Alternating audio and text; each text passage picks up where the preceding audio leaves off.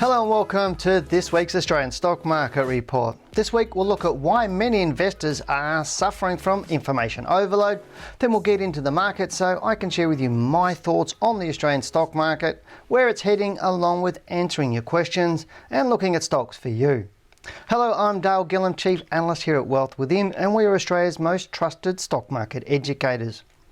Now before we move on, thank you for showing your support for our channel and hitting that subscribe button. Now remember, as you hit that subscribe button, click the little bell on the right of it so you keep up to date with our latest videos. Also, tune into our live Australian stock market show every Tuesday, 7 to 8 p.m. Eastern Time. Now this is the show where you get to ask us, the stock market education and trading experts, to look at your favourite stocks and answer all of your questions. Now, prior to online trading, the iPhone and the internet superhighway, the most common question I was asked by investors was how to find the best stocks to buy. Interestingly, despite information moving at lightning speeds these days, nothing has really changed, given that I'm still asked the same question today. In the 1990s, investors would share how their biggest challenge was information overload, given that they were bombarded with newsletters, the media, brokers and other resources. But little did they know that the information tsunami was coming, because now it's not just 10 times worse, it's infinitely worse. As a consequence, investors have become even more confused, resulting in many opting to invest in an index exchange traded fund to ease their confusion. So how do you find the right stocks without having to trawl through loads of information? Well, in my experience, and some of the best advice I can give investors, is that less is more. And in today's fast-paced information flow, this is even more critical than it was 20 to 30 years ago. Unfortunately, both investors and traders mistakenly believe that the more information they receive, the better their decisions will be, with many checking stock prices on their mobile phone and buying and selling stocks multiple times a day. In my opinion, this constant immersion in information leads investors to make reactive decisions based on emotions rather than logic. Now, I'm pretty sure everyone has seen at least someone have an accident of some sort whilst they were walking and immersed in their mobile phone.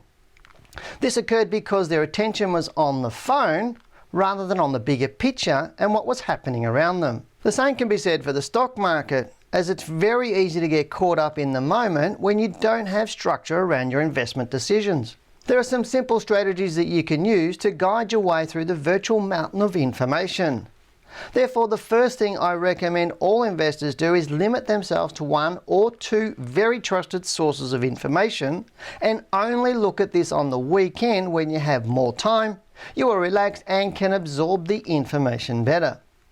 This will lower unnecessarily stress levels, give you more time to focus on what is important, and will ensure you'll make rational rather than knee-jerk reactions when reviewing any market news.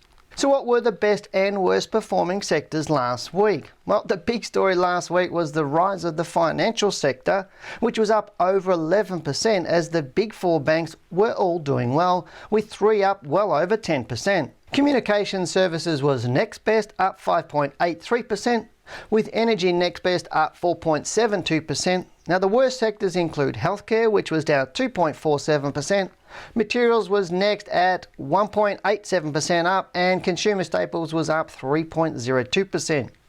Looking at the ASX top 100 stocks, Virgin Money rose strongly on Wednesday and Thursday and finished the week up 23.21%.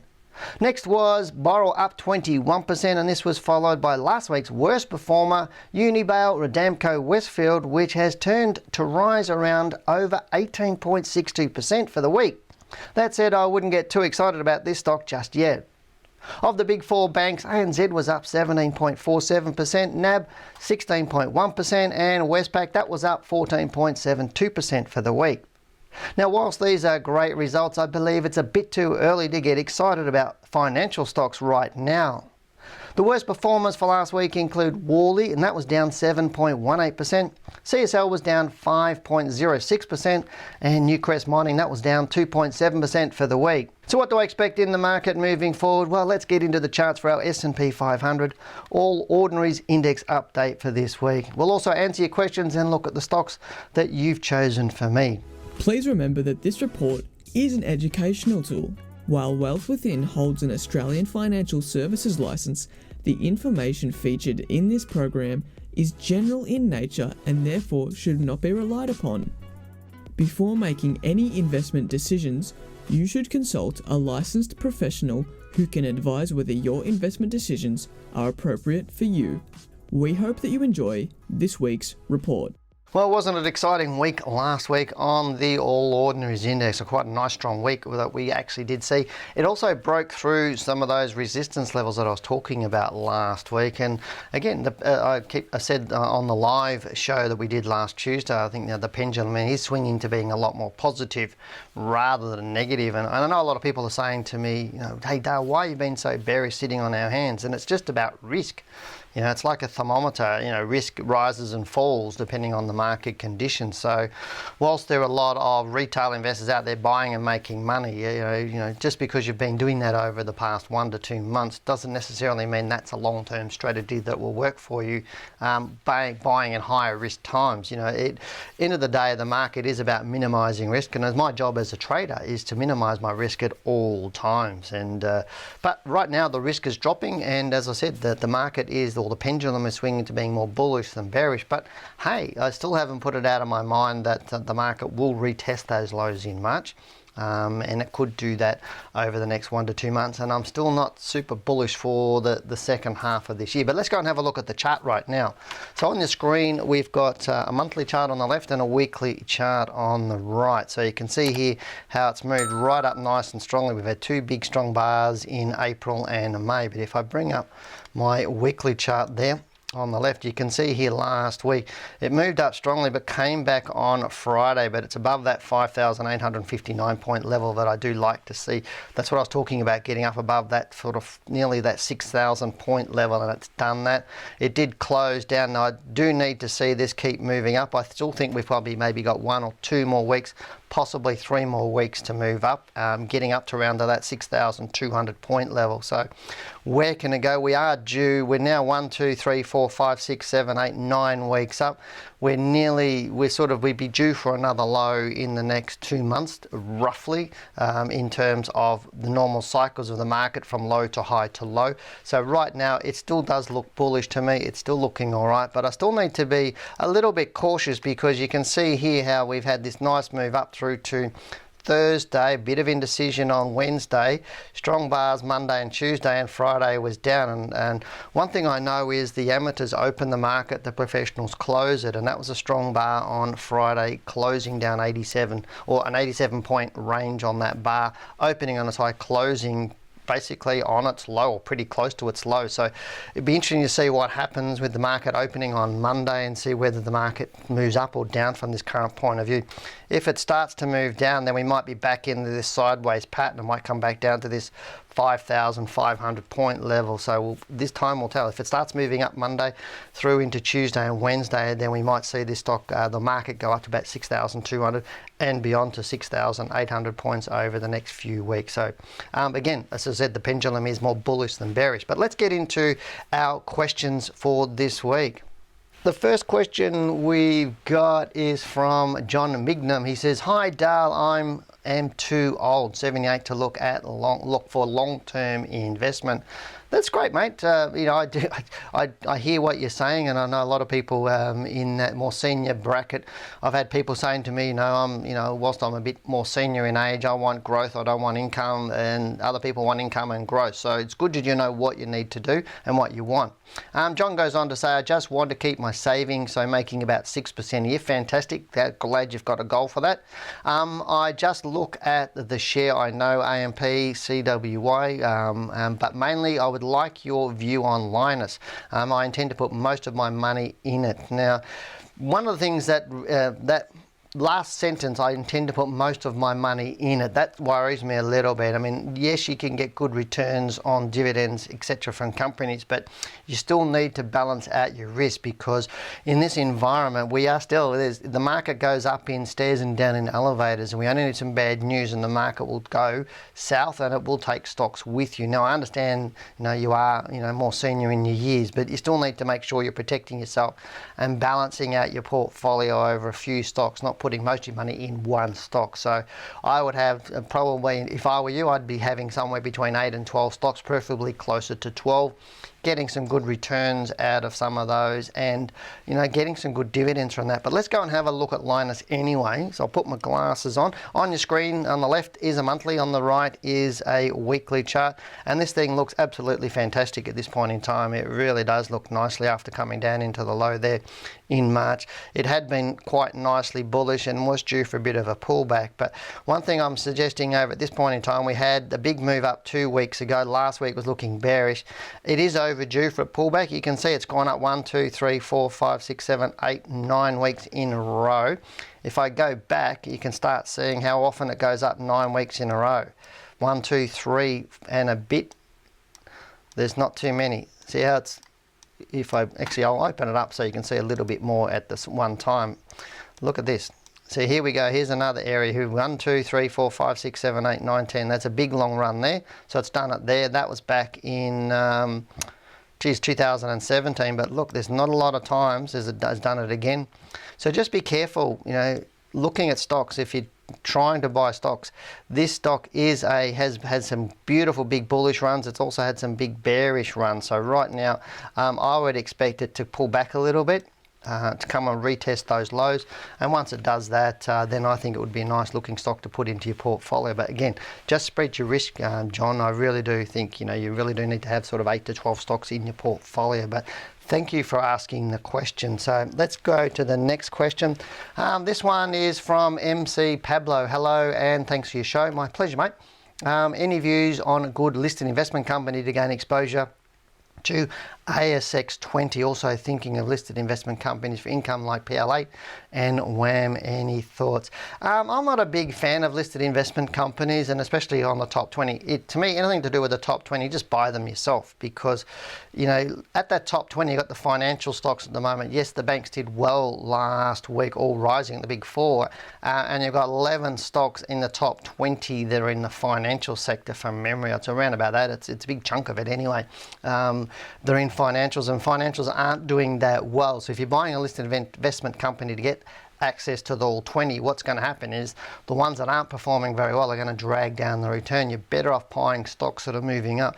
They're so easy. The top 20 are the easiest stocks to buy and look at and do well with. And buy my book. If you haven't bought my book, Accelerate Your Wealth, it's your money, your choice, get online and buy it, and you'll understand why. And you can do this yourself. You don't need a listed investment company. You'll make more money, have less risk, and you'll do very, very well. But let's go and have a look at PL8. And I'm not necessarily sure for income. Obviously, it's paying income. Generally, again, I always go for growth, but let's go and bring up PL8 and see what that's doing. Looking at that, the right-hand side of the chart is looking really good. The left-hand chart obviously is quite bearish. April went up quite nicely, but this is sharing with you May. The rest of the market was going up, and this one was going down. It's not doing very, very well. It's going sideways. It's not looking strong at this point in time, so I would stay out of PL8 at this point in time. It's possible it's going to move south a little bit, down to under $1 mark, or down to around 90 to 80 cents in that sort of bracket. But if it starts to rise up after that, I think it might be okay from that point of view. But right now, it's not looking that great. But again, as I said, if you've got some good stocks out of that top 20, top 50, you may not need something like this, because they do pay some good dividends, some of those stocks. But thanks for the question. The next question we got from Yusuf Khan, who says, "Hey Dale, love the show. What are your thoughts on KMD? Your opinion would be greatly appreciated." So let's go and have a look at KMD right now. This one is, if I just bring it up on the screen, You can see there Kathmandu Holdings.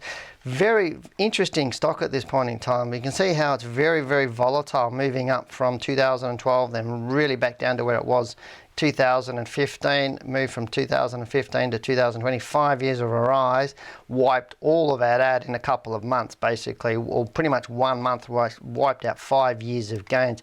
Not a buy and hold stock, Kathmandu Holdings. It really is a bit interesting at the moment. Not looking super strong, looking okay. It is looking okay. I'd like to see it continue to move up from here, but I understand why you've got that on your watch list, so I'm not saying it's bearish. I think it looks okay. This could be a good stock to get into, but just make sure you put a stop loss on it, and you should look after you. But it's not really pushing through. You can see it moves up, comes back, moves up, comes back, moves up, comes back again. So the big end of town is not supporting this at the moment, and retail you have to be a little bit cautious of at this point in time. And obviously shopping centres are opening up, shops are opening up, and it's one of the bigger retailers that we've got, Kathmandu. But you've got to think, yeah, people may be getting out instead of going into the city and hotels for holidays. We are moving into winter, but people will be taking holidays. They're probably more likely camping. We've talked a little bit about that, or I've seen that on the news. So people might be buying camping gear or hiking gear, which Kathmandu may benefit from. But you've got to think that they're going to be having all this stock they've got to get rid of. So they'll be discounting a lot to get some turnover going. So not sure that will translate into better profits and better stock prices at this point in time, but possibly more medium to longer term, yes, but it's looking okay at this point in time. Next question we got's from Antonio, who says, "Hi Dale, appreciate your videos. Definitely going to buy your book. Thank you. I'm fairly new to trading and have only invested part of my savings into Aus Minerals. I think there would be big demand for copper in upcoming years, especially with electric cars. Would you say this is a safe blue chip stock?" Yeah, I mean, Aus Minerals is a safe blue chip stock. I don't tend to think of things in terms of buying it because they're into copper. And looking at obviously electric cars, there are already technologies out there that don't need copper for electric batteries, those sorts of stuff. There's all sorts of different technologies coming up. I mean, we're starting to see things on what's called carbon batteries, or what's I can't remember the word now, I've gone blank on it, but there's lots of different battery technologies out there. But let's go and look at the stock and see whether the market's seeing this, the opportunity that you are. Let's bring up the stock.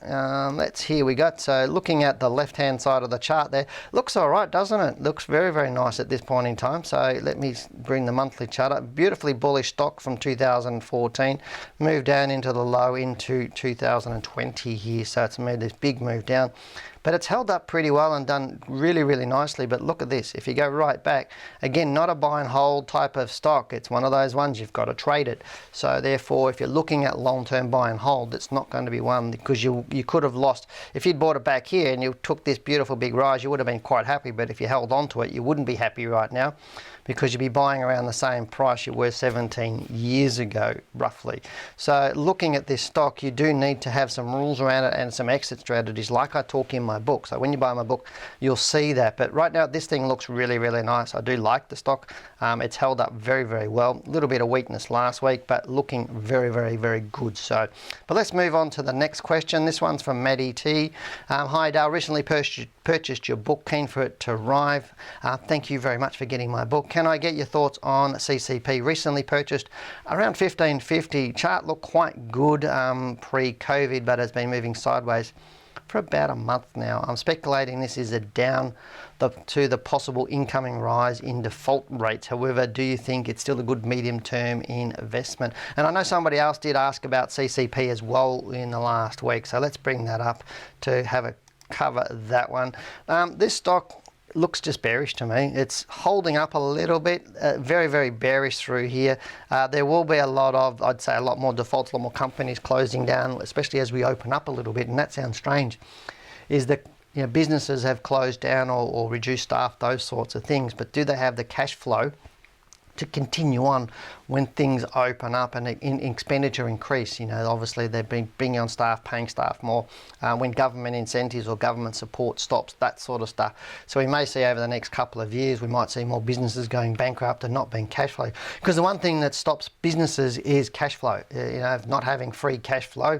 A lot of businesses, especially smaller end of businesses, they tend to run, you know, they can't run their business for more than 2 or 3 months without revenue coming in. They sort of almost live week to week to week to week. So it could be interesting to see what's going to happen in consolidations around businesses, retail, all sorts of different areas around the marketplace. But so we could see this stock move up. It is looking quite nice, but still looking, it's looking a bit more, it is looking bearish, and it's very bearish on the left in the monthly.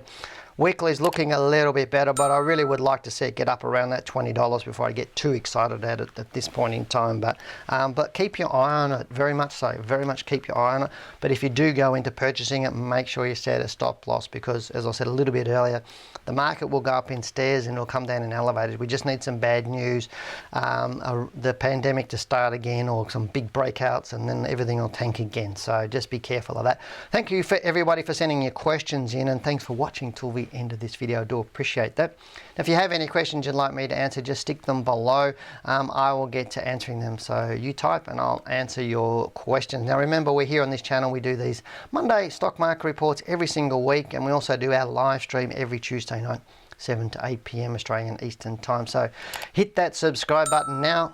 Click the bell on the right of it so you know when we go live with some more videos. I'm Dale Gillham. For now, goodbye, good luck, and good trading.